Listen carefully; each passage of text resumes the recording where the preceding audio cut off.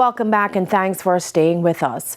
The Jamaica Constabulary Force is reporting major gains in its crime-fighting efforts, with murders continuing to decline and investigators solving more homicide cases for the first 6 months of 2026. The police say the results point to stronger investigative capacity, but encourage Jamaicans to continue supporting the JCF.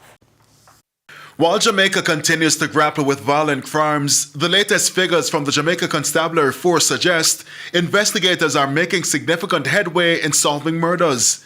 In a release on Tuesday, the JCF said between January 1 and July 4, detectives cleared 304 murder cases, 51 more than the corresponding period last year.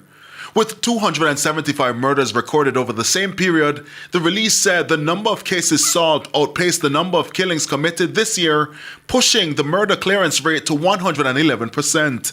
Assistant Commissioner Wayne Josephs is the head of the Criminal Investigations Branch. I commend the detectives for capitalizing on the golden hours of their investigations. The relentless follow-up and the constant feedback to those who provide guidance to them, as also the victims of the crimes that they have been investigating. We have also been investing heavily in the training and mentorship of our detectives and tapping into the use of technology in order to deliver investigative services of a world-class standard. Murders aside, shootings are down by 27%, robberies have declined by 25%, while the JCF says rapes and break-ins are also on the decline.